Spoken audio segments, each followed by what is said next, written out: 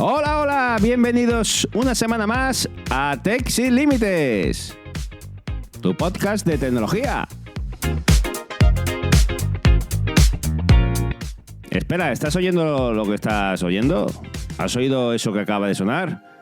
Porque si te ha pillado moviendo la cabeza sin darte cuenta, entonces hemos hecho bien nuestro trabajo. Eso, amigo mío o amiga mía, es la nueva sintonía de la casa.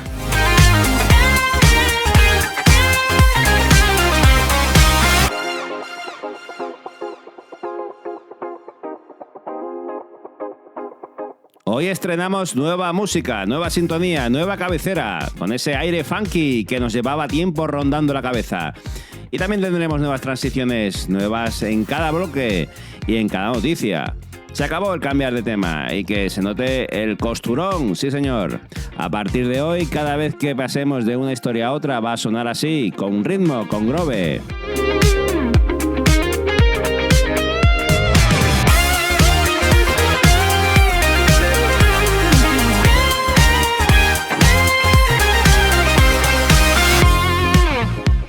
Pero antes de meternos en harina, déjame parar 10 segundos para hablarte de quiénes hacen posible que esto siga en marcha semana tras semana.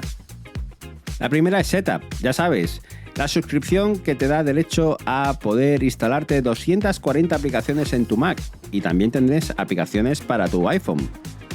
Una auténtica pasada, sin sustos.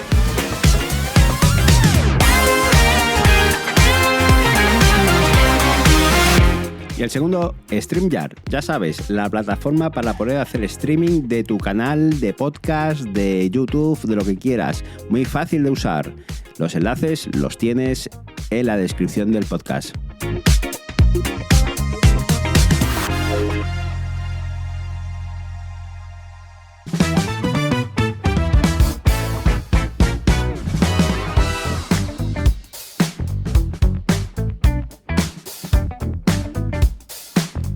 Pues empezamos como mandan los cánones de esta casa, por la manzana. Pero ojo, porque lo de esta semana no es la típica filtración suelta de un cable o de un color nuevo. Lo de esta semana es directamente el guión completo de los próximos 2 años para Apple. El mapa entero. Y te lo voy a contar pieza a pieza, porque merece la pena que estés al tanto de lo que se avecina. Pues vamos a situarnos el domingo en un boletín Power On, que es esa cita semanal de los domingos a la que muchos estamos enganchados. Mark Gurman soltó la bomba. Y para quien no lo tenga del todo fichado, déjame que te explique por qué cuando habla Gurman es un mundillo de Apple, se hace el silencio. Gurman es periodista de Bloomberg, lleva más de una década informando sobre Apple y se ha ganado a pulso una fama que muy poquitos tienen, la de acertar. Cuando él dice que algo va a salir, pues suele salir. No es un tipo tirando dardos a ver si suena la flauta. Es alguien con fuentes dentro de Cupertino y sus reportajes marcan literalmente las expectativas de la industria entera. Así que cuando Gurman publica una hoja de ruta con cerca de 20 productos, hay que sentarse y escuchar. Y la frase con la que resumió se ha quedado grabada en todos los titulares de la semana. Dijo, sin matices, que este va a ser el mayor año de hardware en la historia de Apple. No de la última década, de su historia. Y cuando ves la lista entera, entiendes por qué lo dice. Pero antes de la lista, la pregunta clave, ¿por qué ahora? ¿Por qué de repente Apple va a soltar todo esto de golpe? Y aquí está para mí la parte más interesante del relato de Gurman. Resulta que muchos de estos productos llevaban tiempo terminados o casi terminados, pero estaban retenidos, aparcados, esperando a una cosa, a que la nueva Siri, la Siri de verdad inteligente, la que funciona con inteligencia artificial de la buena, estuviera lista. Esa Siri se presentó nada menos que en 2024, en la conferencia de desarrolladores, y desde entonces ha sido el gran talón de Aquiles de la Apple, el motivo de burla constante. Pues bien, por fin ha llegado a esa fase beta, y según Gurman, en cuanto Siri ha estado lista, se ha abierto las compuertas. Todo lo que estaba esperando detrás de esa presa ahora sale en avalancha. Vamos con los iPhones, que es por donde todos empezamos a mirar. Y la primera novedad es de calendario. Por primera vez, Apple va a partir sus lanzamientos de iPhone en 2 oleadas. Una en otoño, y esto ya lo hemos hablado, como toda la vida, y otra en primavera de 2027, que también lo hemos hablado. Rompen esa tradición sagrada del todo en septiembre. En la primera tanda llega el iPhone 18 Pro y el 18 Pro Max, con el nuevo chip A20 Pro, que será el primero fabricado con el proceso de 2 nanómetros de TSMC. Eso, en cristiano, significa más potencia gastando menos batería. Pero lo jugoso del 18 Pro es la cámara. Estrena apertura variable, algo que ningún iPhone ha tenido nunca. Para que nos entendamos, es esa capacidad de abrir o cerrar el diafragma que tienen las cámaras de verdad, las reflex, y que te da un control real sobre la profundidad del campo y la entrada de luz. Súmale un Dynamic Island más pequeño, un botón de control de cámara simplificado, un color nuevo que llaman el Dark Cherry, cereza oscuro, y el nuevo módem propio de Apple, el C2, que presume de navegar por 5G vía satélite. Ahí es nada.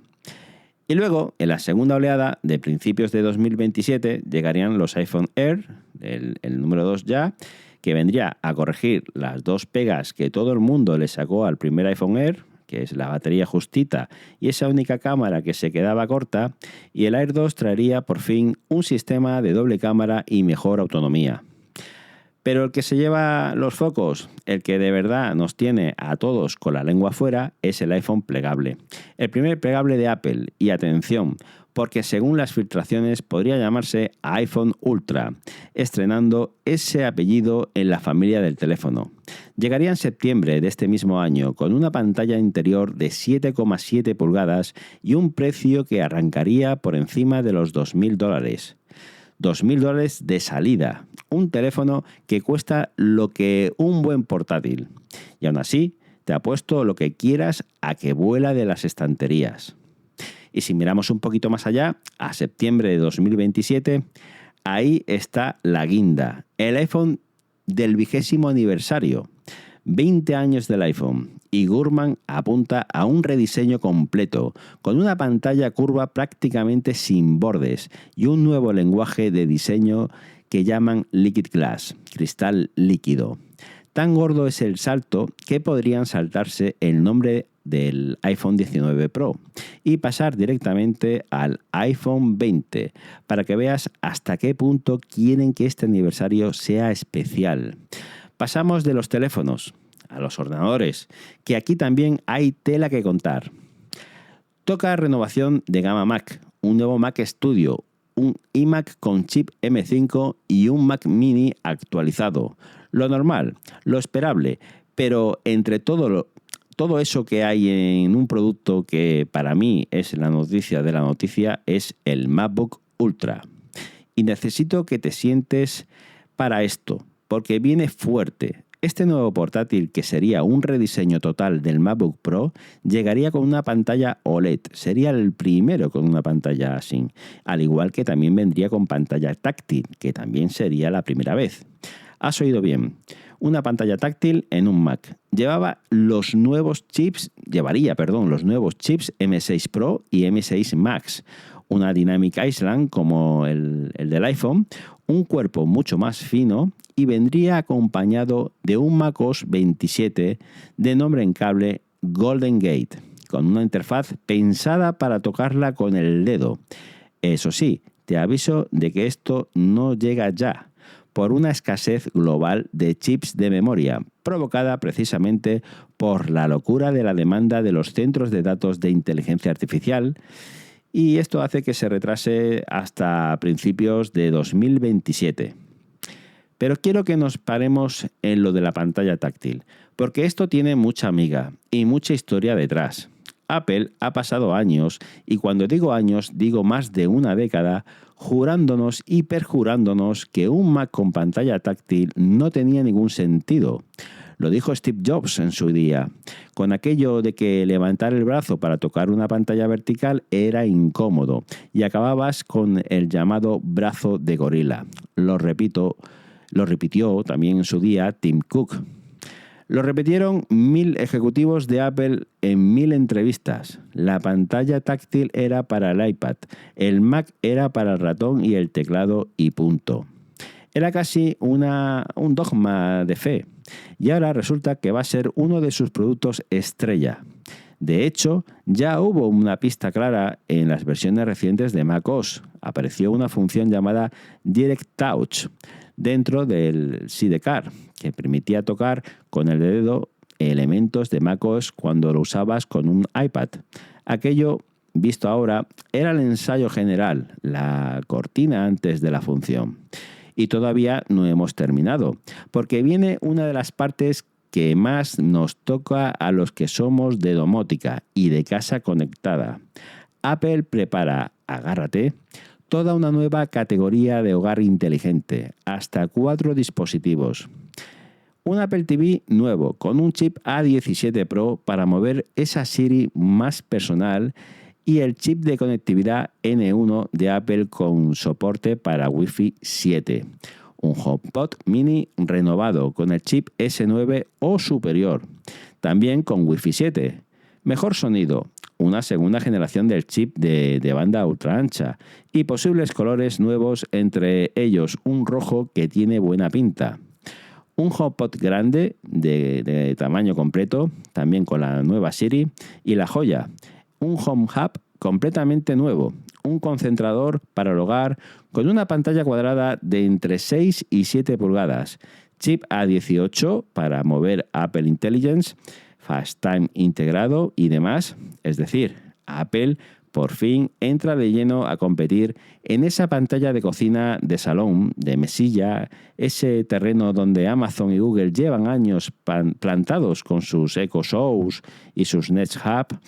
Y todos estos cacharros del hogar estaban precisamente esperando a que Siri estuviera lista. Por eso salen ahora. Y para rematar la lista, lo que Gurman mete en el cajón de los wearables y la inteligencia artificial vestible, pues dice que van a salir unos nuevos AirPods con cámara incorporada, que suena marciano pero tiene su lógica para temas de inteligencia artificial visual. Un Apple Watch Series 12 y un Apple Watch Ultra número 4, con silicio mucho más rápido, posible Touch ID integrado y un sistema de 8 sensores que abriría la puerta a medir la tensión arterial desde la misma muñeca. Las primeras gafas inteligentes de Apple, que llegarían en 2027 con cámara y Siri, pero ojo a este dato, sin pantalla integrada, a diferencia de algunas de Meta, e incluso un robot de sobremesa para el hogar, aunque ese a lo mejor no asoma hasta 2028. Y ahora pongámonos toda esta montaña encima de la mesa y miremos el calendario, porque todo esto cae justo cuando Tim Cook le entrega el testigo, mejor dicho, a John Termus como nuevo consejero delegado de Apple en septiembre. O sea, que el nuevo capitán no coge el barco en aguas tranquilas para irse haciendo poco a poco. No, lo coge en plena tormenta de lanzamientos, con el mayor desembarco de producto de la historia reciente de la compañía sobre sus hombros desde el minuto 1. Y es curioso, porque el propio Gurman, en este mismo boletín, decía que la primera prioridad de Termus debería ser revisar y sacudir el equipo de diseño de Apple, devolver el foco al aspecto y al tacto de los productos, que es donde algunos críticos creen que Apple ha perdido fuelle en los últimos años. Yo, sinceramente, lo veo como un arma de doble filo de manual. Por un lado, qué mejor carta de presentación para un nuevo jefe que llegara y poder decir, mira, todo lo que traigo bajo el brazo. Pero por otro lado, cuando tú mismo, tu mayor analista, vende que viene el mayor año de tu historia, pones el listón tan arriba que cualquier cosa que se quede a medio gas va a saber a decepción. Si uno solo de estos productos sale rana, si es el plegable se calienta, si la Siri nueva vuelve a tartamudear, o el titular ya no será el mayor año de Apple, será el primer tropiezo de Eternus. Las expectativas, cuando las inflas tanto, pues se convierten en una trampa. Pero déjame que abra un melón que está debajo de toda la avalancha, porque sin entenderlo no se entiende nada de lo que viene. ¿Por qué Apple ha tenido todo esto guardado en un cajón? Hablamos de que esperaban a Siri.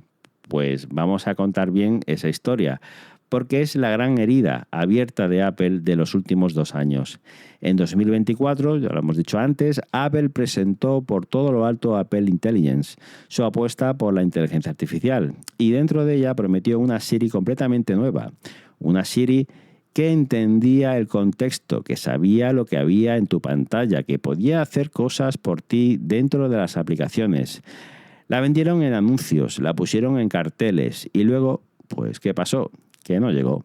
Se retrasó y se volvió a retrasar. Llegaron a retirar anuncios donde se enseñaban funciones que no existían.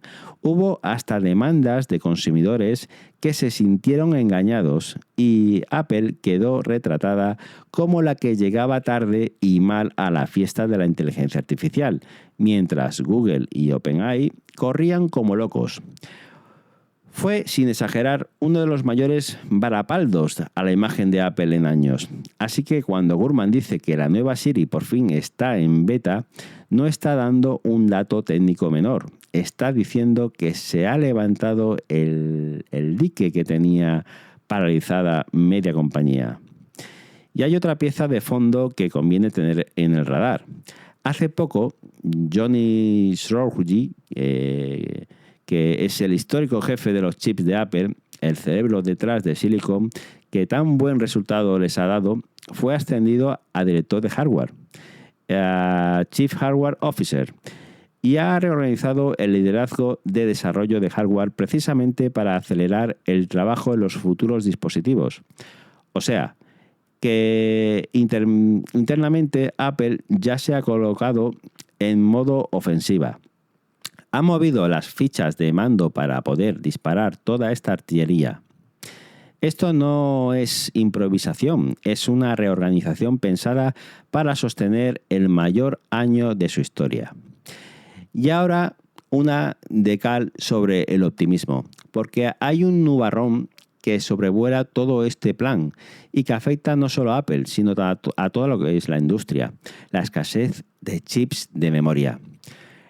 Lo mencionaba de pasada con el MacBook, pero merece un párrafo propio porque es importantísimo. Porque hay escasez de memoria. ¿Por qué? Pues porque la locura de la inteligencia artificial ha disparado la demanda de los centros de datos y estos centros de datos se están comiendo literalmente toda la memoria que las fábricas son capaces de producir. La memoria que antes iba a tu portátil o a tu móvil. Ahora se llevan los servidores de inteligencia artificial que pagan lo que haga falta. ¿Y qué provoca eso? Pues 2 cosas, retrasos como el MacBook Ultra y subidas de precio. Porque cuando un componente escasea, se encarece. Así que no te sorprendas si en los próximos meses ves que los precios de los portátiles y móviles, no solo de Apple, sino de todos, empiezan a subir. La fiebre de la inteligencia artificial nos va a pasar factura a todos en la tienda, aunque no compremos un solo producto de inteligencia artificial. Y un apunte sobre el plegable, porque aquí hay que ser justos y poner a Apple en su sitio.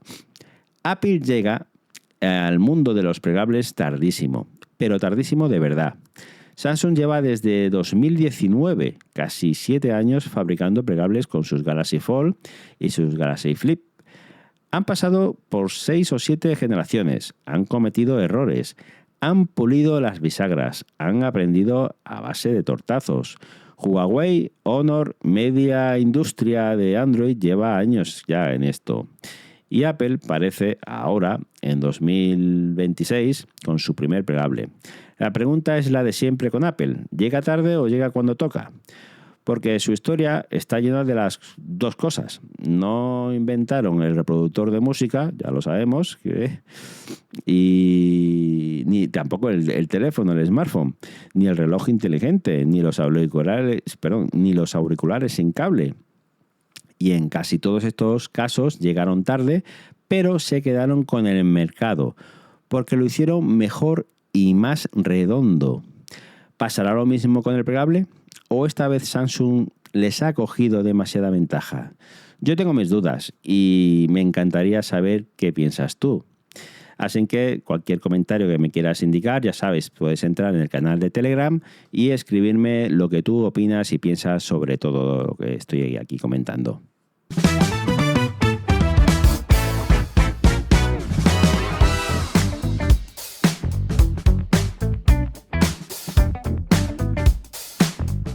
Seguimos entre titanes, porque del que toca hablar ahora es de Meta, y es un movimiento que llevábamos tiempo viendo venir, pero que cuando se confirma, impone. Meta ha sacado sus primeras gafas inteligentes con marca propia, con su nombre, sin Ray-Ban, y eso, para los que seguimos este mercado, es un puntazo de inflexión. Para que entiendas la magnitud de lo que ha pasado, déjame contarte la historia desde el principio, porque tiene su recorrido. La aventura de Meta con las gafas no empieza ahora, empieza en 2021 con las Ray-Ban Stories. Aquellas primeras gafas eran, siendo sinceros, un juguete. Hacían fotos y vídeos cortos y poco más. Nada de inteligencia artificial, nada de asistentes. Un experimento simpático que no terminó de cuajar. Pero Meta no se rindió. En 2023 llegó la segunda generación, que son las Ray-Ban Meta. Y ahí sí, ahí cambió todo, porque la metieron a Meta ahí dentro. Y de repente esas gafas se convirtieron en el primer producto que demostró que esta categoría podía funcionar de verdad, que la gente las quería, que se vendían, vamos. ¿Y quién estaba detrás fabricándolas? Pues la empresa EssilorLuxottica. Sí, la famosa empresa que se dedica a hacer pues gafas. Y aquí hay que pararse, porque EssilorLuxottica no es una empresa cualquiera, es sencillamente el gigante absoluto del mundo de las gafas. Son los dueños de Ray-Ban, de Oakley y de medio armario de marcas de gafas que tienes en la cabeza. Controlan una parte gigantesca del mercado mundial de la óptica, así que la jugada de Meta era listísima. Yo pongo la tecnología, tú pones la marca de prestigio y la red de tiendas, y juntos vendemos. Y vaya si vendieron. Según los datos de Counterpoint, en 2025 se vendieron 7 millones de gafas inteligentes con inteligencia artificial, cuando en los 2 años anteriores, 2023 y 2024 juntos, apenas se habían vendido unos 2 millones de gafas. Es decir, el mercado se ha disparado y entre Meta y EssilorLuxottica controlan, agárrate, alrededor del 82% de todo ese pastel mundial. 8 de cada 10 gafas inteligentes del planeta llevan su sello. Pues con ese dominio en la mano, Meta ha dado el paso en hacer las suyas. Las nuevas se llaman, sin rodeos, Meta Glasses. Las que sigue fabricando EssilorLuxottica, eso no cambia. De hecho, el logo de la óptica aparece en las patillas y en la caja junto al de Meta. Pero el diseño es de Meta y el nombre que manda es el de Meta. Hay 3 modelos. El Adventurer, que es el clásico con una forma rectangular tipo las Wayfarer de toda la vida y que viene en talla normal y en talla grande. Luego tenemos el Fury, que comparte ese estilo pero más gordito, más marcado, con más opciones de color. Y luego está la joya de la corona del marketing, el modelo diseñado en colaboración con Kyle Jenner, que en algunos sitios aparece con el nombre en clave Starfire. Una montura ovalada más fina y más a su estilo. Y vamos a los precios, que es donde está el golpe sobre la mesa. Las Adventure y las Fury arrancan en $299. El modelo de Kyle Jenner, el Starfire, sube hasta los 399. ¿Y por qué importa tanto ese número? Porque las Ray-Ban Meta de segunda generación, las anteriores, arrancaban en $359. O sea, que las nuevas, las de la marca propia, son $80 más baratas que las de Ray-Ban. $80. ¿Y de dónde sale ese ahorro? Pues justamente de ahí, de quitarse de encima la licencia y el sobreprecio que conlleva poner el nombre de Ray-Ban en la patilla. Meta ha decidido que su propia marca ya vale lo suficiente como para no tener que pagar el peaje del prestigio ajeno.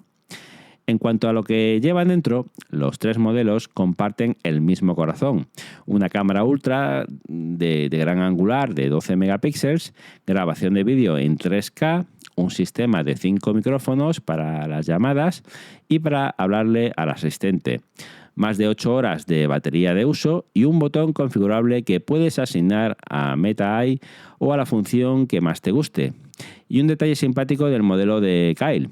Puedes elegir que la voz de tu asistente, la que te lee la batería o te da las instrucciones, sea una versión generada por inteligencia artificial de la propia Kyle Jenner. Hay quien la encuentra divertido y hay quien la encuentra inquietante. Para gustos, los colores.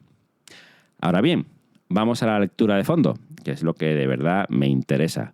Porque este movimiento es de los que definen una estrategia y Meta está mandando dos mensajes a la vez.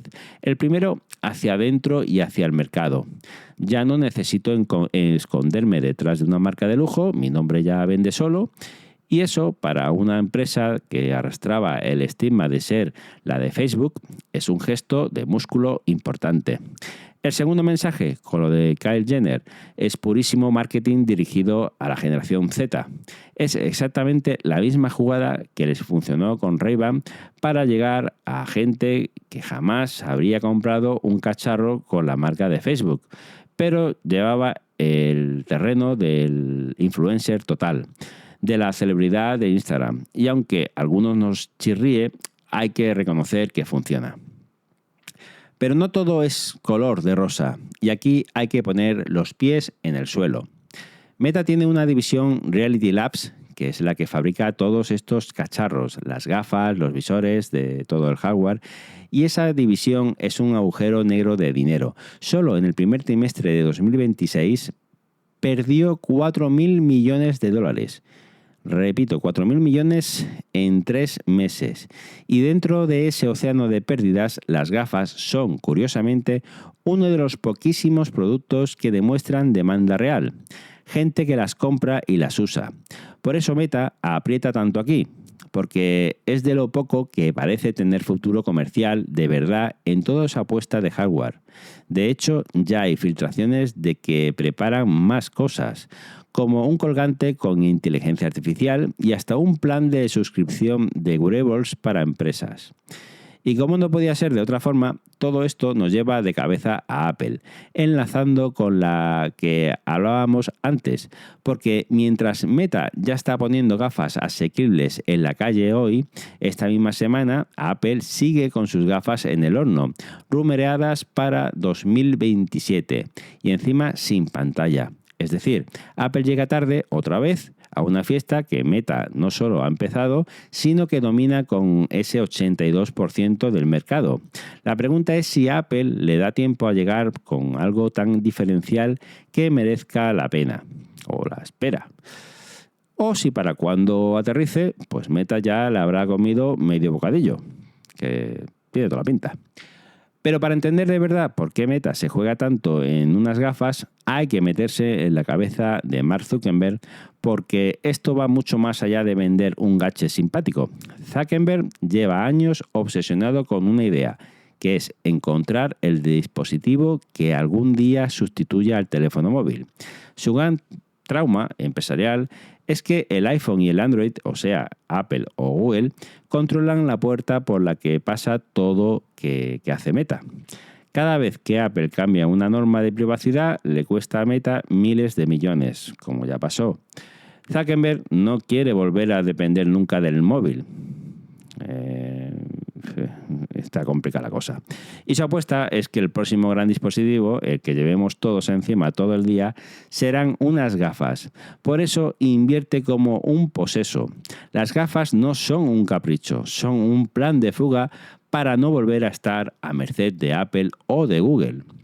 Y aquí viene la parte que pone a todo en perspectiva, porque Zuckerberg ya se equivocó una vez y de forma estrepitosa. ¿Te acuerdas del metaverso? Hace unos años Meta apostó tan fuerte por el metaverso que hasta se cambió el nombre. Dejó de llamarse Facebook para llamarse Meta. Y se gastó una fortuna. Se calcula que quemó alrededor de 46.000 millones de dólares en el metaverso, con muy poquito que enseñar a cambio. Un agujero descomunal. Esa división de hardware, Reality Labs, sigue perdiendo dinero a expuertas. Esos 4.000 millones en un trimestre que contábamos, pues es el ejemplo. Así que cuando Meta dice ahora las gafas son el futuro, hay que escucharlo con una ceja levantada, porque ya dijeron lo mismo del metaverso. La diferencia, y esto es clave, es que las gafas sí se están vendiendo de verdad. El metaverso no enganchó a nadie. Las gafas, en cambio, pues ya tienen millones de clientes reales. Por eso, esta apuesta, a diferencia de la anterior, tiene los pies algo más en el suelo. Otra cosa que conviene aclarar, porque genera confusión. Estas metaglasses de las que hablábamos hoy no llevan pantalla. Son gafas con cámara, sonido y asistente de voz, pero no proyectan nada delante de tus ojos. Y eso es a propósito, porque Meta tiene una estrategia de 2 niveles muy clara. Por arriba, en la gama más alta y más cara, tienen las llamadas Ray-Ban Display, que se incorporan una pantalla en la lente para ver notificaciones y cosas flotando ante ti. Y por abajo está la nueva línea de Meta sin pantalla, más asequible para llegar al gran público. Es la jugada clásica, un producto aspiracional, carísimo, que genera titulares y un producto de volumen que llena las cuentas. Y para que te hagas una idea del tamaño de la apuesta, Meta hasta ha filtrado que preparan un colgante con inteligencia artificial y un plan de suscripción de wearables para empresas que quieran suscribirse. Quieren estar en tu cara, en tu cuello y en tu oficina. Pero no es oro todo lo que reluce. Y hay una sombra que persigue a todo este invento, la privacidad. Y esta semana ha quedado muy claro. El modelo de Kylie Jenner, que con esa montura fina y elegante ha levantado bastante polémica precisamente porque mucha gente se ha dado cuenta de algo incómodo, son unas gafas con cámara que apenas parecen llevar cámara. Y eso a mucha gente le da repelús. Hubo comentarios muy sonados pidiendo casi que cualquier cámara que no se vea claramente que es una cámara debería estar prohibida. Porque una cosa es que tú decidas grabar y otra muy distinta es toda la gente que tienes delante y que no ha dado ningún permiso para salir en tu vídeo. La propia Meta reconoció que llegó a explorar funciones de reconocimiento facial para que las gafas identificaran a la gente que tiene delante, pero de momento lo han aparcado mientras lidia con las implicaciones de privacidad y los problemas sociales que eso supone. Menos mal, añado yo, pero el debate está ahí y no se va a ir. Y para cerrar el cuadro, no nos olvidemos de que esto es cosa solo de Meta y Apple, Google y Samsung llegan tiempo preparando su propia respuesta con Android XR, toda una plataforma de gafas y dispositivos de realidad mixta, o sea, que el campo de batalla de las gafas inteligentes va a ser en los próximos 2 o 3 años uno de los más sangrientos de toda la tecnología. Meta llega con ventaja y con cuota de mercado. Apple llega con su marca y su ecosistema. Y Google y Samsung llegan con Android y con su músculo. Va a ser todo un espectáculo.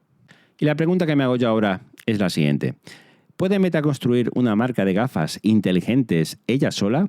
¿Por las bravas? ¿O resulta que el prestigio de Ray-Ban era justo lo que hacía deseables y sin ese nombre se quedan en otro gadget más del montón? Y por otro lado, ese debate que nunca se va, unas gafas con cámara que apenas se nota que llevan cámara, ¿te parecen el futuro o te parecen un problema de privacidad andante? Porque no todo el mundo a tu alrededor ha dado permiso para salir grabado. Yo lo tengo clarísimo porque la do tiro, pero me muero por leer lo que opinas tú, como siempre, en Telegram.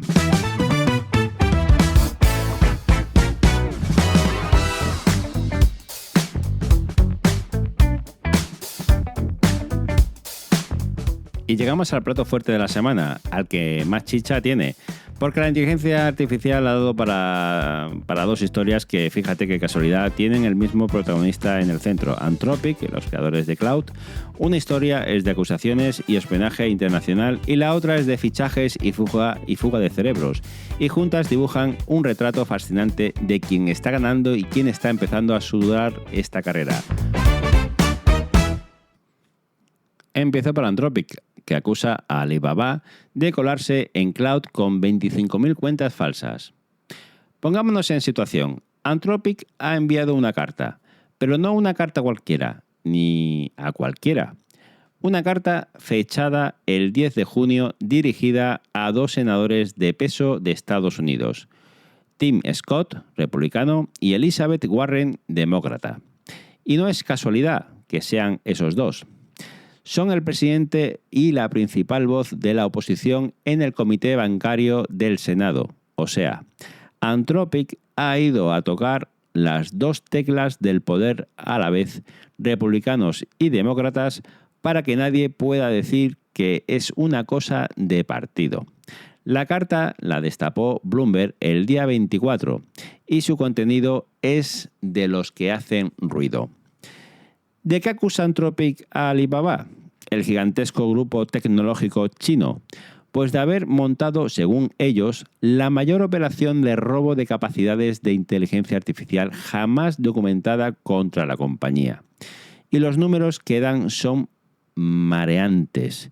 Dice que los operadores vinculados a Kuwen, que es el laboratorio de inteligencia artificial de Alibaba, y a la vez su modelo estrella, generaron más de 28,8 millones de conversaciones con Cloud, 28 millones y pico de interacciones. ¿En cuánto tiempo? En apenas 6 semanas, entre el 22 de abril y el 5 de junio. ¿Y cómo lo hicieron? Usando cerca de 25.000 cuentas fraudulentas, cuentas falsas y servicios de proxy comerciales para enmascarar de dónde venían realmente esas peticiones. ¿Por qué tenían que esconderse? Porque Anthropic, por decisión propia, no ofrece cloud en China. Está vetado. Así que, según la acusación, montaron toda esa red de cuentas falsas y de proxies precisamente para saltarse esa frontera digital y acceder a algo que tenían prohibido. Ahora bien, déjame explicarte en cristiano qué es lo que supuestamente hicieron, porque es un concepto clave y conviene entenderlo bien. La técnica se llama ataque de destilación o ataque de extracción de modelo. Y no es lo que mucha gente piensa al oírlo. No es que entraran a robar el código fuente de Cloud, ni que se llevaran los pesos del modelo, ni su base de datos de entrenamiento. Nada de eso. Lo que hicieron, según Anthropic, fue mucho más sutil. Bombardear a Cloud con millones de preguntas cuidadosamente diseñadas como haría un usuario normal, pero a escala industrial. Y luego usar todas esas respuestas que Cloud les daba para entrenar a su propio modelo, o Kuwen. Es como si tú no pudieras copiar el examen de un compañero brillante, pero le hicieras 28 millones de preguntas, apuntaras a todas sus respuestas y con eso aprendieras a pensar como él. Te ahorras años de estudio y millones de investigación copiando la forma de razonar del que va por delante. Y aquí está lo grave, lo que eleva de incidencia técnica a problema de Estado. Las capacidades que buscaban extraer no eran cualquier cosa, eran precisamente las joyas de la corona de Cloud, el razonamiento agéntico, esa capacidad de hacer tareas complejas de formas autónomas, la habilidad para programar, para ingeniería de software y la resolución de tareas de horizonte largo, de muchos pasos encadenados. Es decir, exactamente lo que diferencia a un modelo de primera línea de uno del montón. El objetivo, según la denuncia, era acercar a Cowen a las capacidades del modelo más avanzado de Anthropic. Y por si fuera poco, esto no es la primera vez, perdón. Anthropic recuerda que ya en febrero de este mismo año señaló públicamente a 3 laboratorios chinos por lo mismo. Uno era DeepSeek, el otro era Moonshot AI y la otra Minimax, que entre los 3 habían sumado más de 16 millones de conversaciones con Cloud a través de unas 24.000 cuentas falsas. Lo de Alibaba, sus casi 29 millones, supera en solitario a esos 3 juntos. Y es la primera vez que una empresa del tamaño y la relevancia mundial de Alibaba aparece señalada en una denuncia de este tipo. La jefa de políticas de Anthropic, Sarah Heck, lo dijo a los senadores con una frase muy dura, que estos ataques convierten miles de millones de dólares de inversión americana en investigación en un subsidio gratis para sus competidores geopolíticos. Y Anthropic va más allá, insinúa que el propio gobierno chino sería cómplice de la operación dentro de su estrategia para dominar la inteligencia artificial mundial. Bueno, pues la reacción no se hizo esperar. Las acciones de Alibaba cayeron alrededor de un 3%. Pero hay un giro en esta historia que me parece de los más jugosos y que casi nadie está contando con la importancia que tiene. Y es lo que pasó a la propia Anthropic justo después. Porque apenas 2 días después de mandar esa carta, el Departamento de Comercio de Estados Unidos le impuso a Anthropic fuertes restricciones de exportación sobre sus modelos más avanzados por el temor a que China u otros países vetados pudieran usar esas capacidades contra los intereses estadounidenses. Y Anthropic ha tenido que deshabilitar el acceso público a esos modelos punteros a nivel mundial, a la espera de que el propio gobierno aclare la situación. Es decir, mira la paradoja. Anthropic avisa de que los chinos le están robando sus capacidades más avanzadas y la respuesta de su propio gobierno es ponerle un candado a estas mismas capacidades para que no salgan del país. La pescadilla que se muerde la cola de la Guerra Fría tecnológica. Y aquí hay que recordar un episodio que a muchos os sonará, porque fue un terremoto. El caso de DeepSeek. A principios de 2025, una empresa china llamada DeepSeek sacó un modelo de inteligencia artificial que era casi tan bueno como los mejores de los Estados Unidos, pero que según ellos habían entrenado por una fracción ridícula del coste. Aquello provocó un pánico tremendo en las bolsas. Las tecnológicas americanas se desplomaron durante días, porque de repente parecía que toda la ventaja que tenía Estados Unidos, todos esos millones invertidos, no servirían de nada si los chinos podían hacer lo mismo por 4 duros. Y ya entonces saltó la sospecha. ¿Cómo lo habían hecho tan barato? Una de las teorías más repetidas fue precisamente la destilación, que habían aprendido copiando las respuestas de los modelos americanos. Así que lo de Alibaba de esta semana no es un caso aislado, es la repetición a una escala todavía mayor de un patrón que la industria americana lleva tiempo denunciando. Cowen, el laboratorio señalado, es la punta de lanza de Alibaba en inteligencia artificial.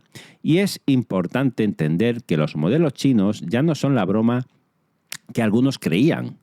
Cowen, DeepSeek y compañía compiten de tú a tú con los mejores. Y además muchos de ellos son de código abierto, lo que significa que cualquiera puede descargarlos y usarlos gratis. Eso los hace enormemente populares en todo el mundo, también aquí. Y ahí está parte del miedo de fondo de los laboratorios americanos.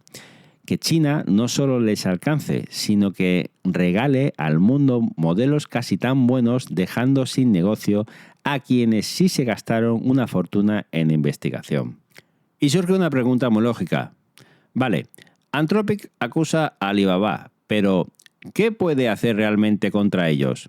Y la respuesta es, legalmente, poquísimo.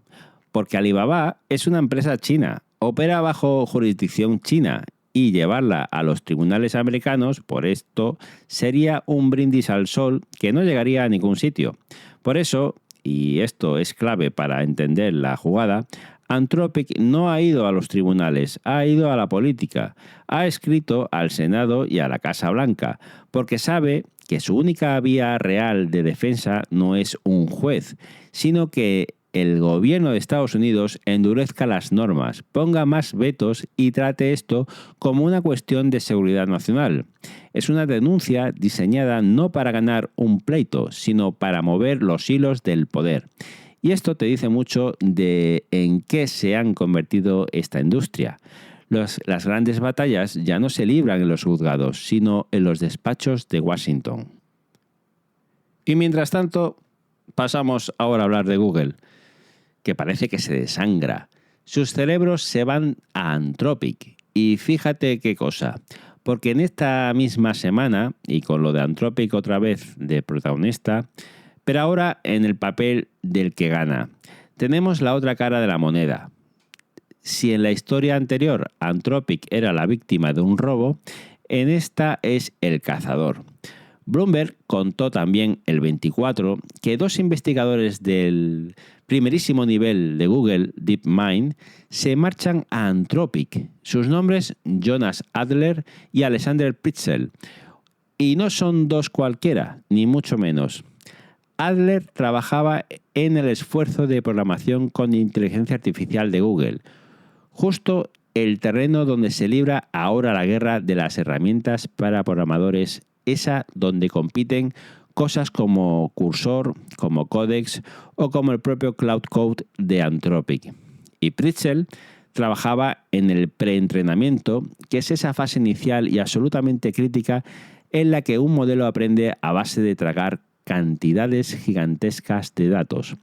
Los dos estaban considerados dentro de Google contribuidores clave de Gemini, que es el modelo estrella de la casa. Y los dos, además, venían del legendario equipo de AlphaFold. Vamos, gente que construye los cimientos, no que pinta la fachada. Pero es que aquí lo importante no es solo quiénes son ellos dos, sino el patrón. Porque estas son la cuarta y la quinta salida sonada en cuestión de 6 días. 6 días. Vamos a repasarlas, porque el listado impone. Primero se fue Noam Sather a OpenAI. Y Sather no es un ingeniero más, es uno de los coinventores de la arquitectura Transformer, que es literalmente la tecnología sobre la que se construye toda la inteligencia artificial generativa moderna. Llevaba en Google desde el año 2000, con un paréntesis de 3 años en los que montó su propia startup de chatbots, Character.ai, que Google acabó recomprando por 2.700 millones de dólares, en parte precisamente para recuperarle a él y ponerle a trabajar en Gemini. Pues lo recuperaron y ha durado menos de 2 años antes de volver a irse. 2.700 millones para que se quede 2 años. Y pocos días después de Sather se fue John Jumper, director en Google DeepMind, también a Anthropic. Y aquí agárrate, porque Jumper es premio Nobel. Ganó el Nobel de Química en 2024, junto a Demis Hassabis, el jefe de DeepMind, precisamente por AlphaFold, ese sistema capaz de predecir la estructura tridimensional de las proteínas y que ha revolucionado la biología y la medicina. Llevaba casi 9 años ya en la casa. Un premio Nobel saliendo por la puerta. Y atención al dato, que es de los que ponen los pelos de punta en una junta de accionistas. La sola marcha de Jumper llegó a borrar alrededor de un 6% del valor de Alphabet en bolsa en una única sesión. ¿Sabes cuánto es eso en dinero? Más de 245.000 millones de dólares esfumados en un día, por la marcha de una persona. Eso te dice todo lo que necesitas saber sobre lo que el mercado piensa de estas fugas. 4 salidas senior en 6 días y de esas 4, 3 han ido a Anthropic. Jumper en la parte científica, Adler en programación y Pritzel en entrenamiento de modelos. No es que Anthropic esté fichando talento suelto, es que está vaciando de forma quirúrgica las áreas claves del equipo de Gemini. Y la pregunta del millón es ¿por qué? ¿Por qué se van los mejores? Y la respuesta tiene 2 patas. Porque ni todo es dinero, ni todo es desencanto. La primera pata, la del dinero, es muy concreta y muy poderosa. El equity, las participaciones en las empresas antes de la salida a bolsa, tanto Anthropic como OpenAI, están a las puertas de salir a bolsa. Y eso significa que entrar ahora, antes del salto, puede convertirse en una fortuna el día que coticen. Es la zanahoria definitiva incluso para gente que ya cobra muy bien en una gran tecnológica.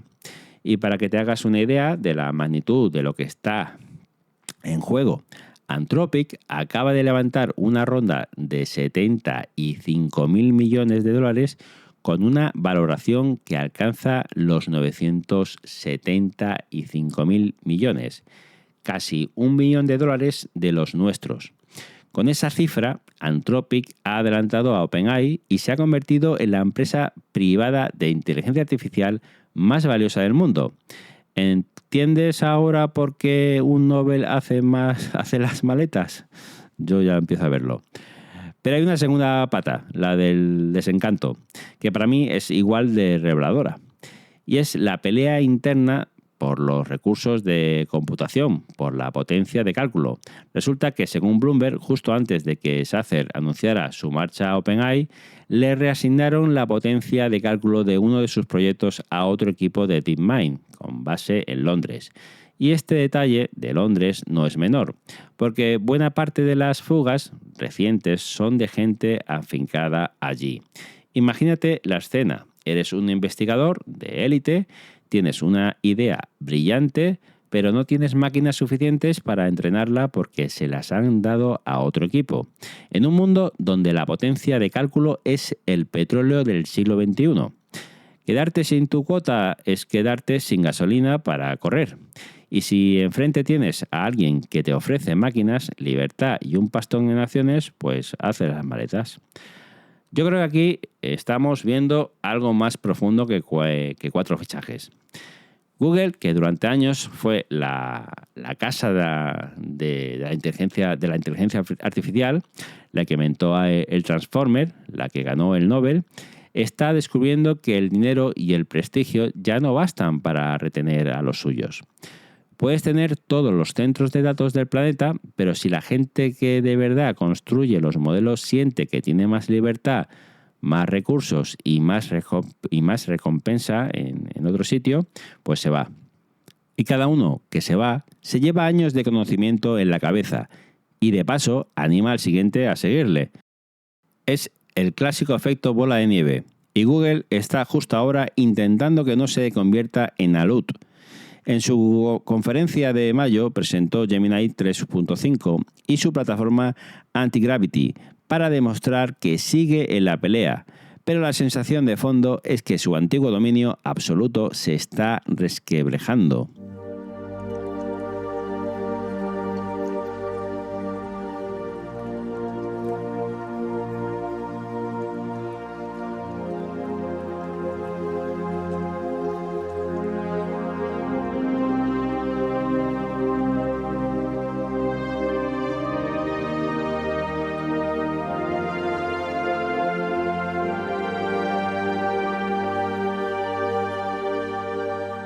Y hasta aquí el programa de hoy. Menudo repaso, ¿eh?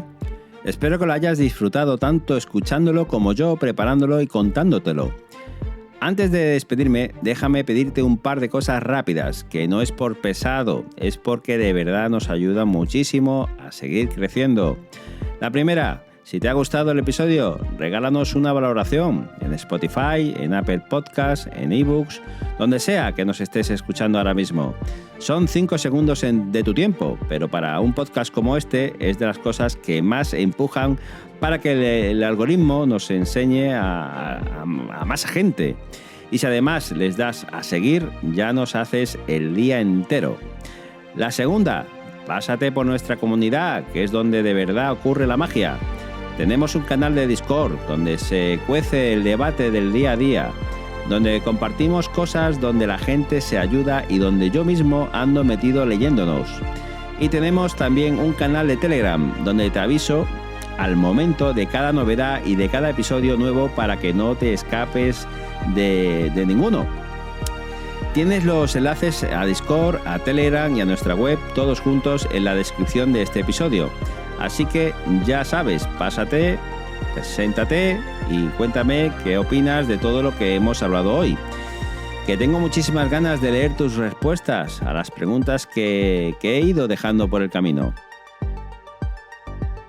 Y nada más, mil gracias de corazón por regalarme tu tiempo y por estrenar conmigo este sonido nuevo que tantas ganas teníamos de enseñarte. Nos escuchamos la semana que viene, aquí mismo, en Tech Sin Límites. Cuídate y sigue conectado sin límites.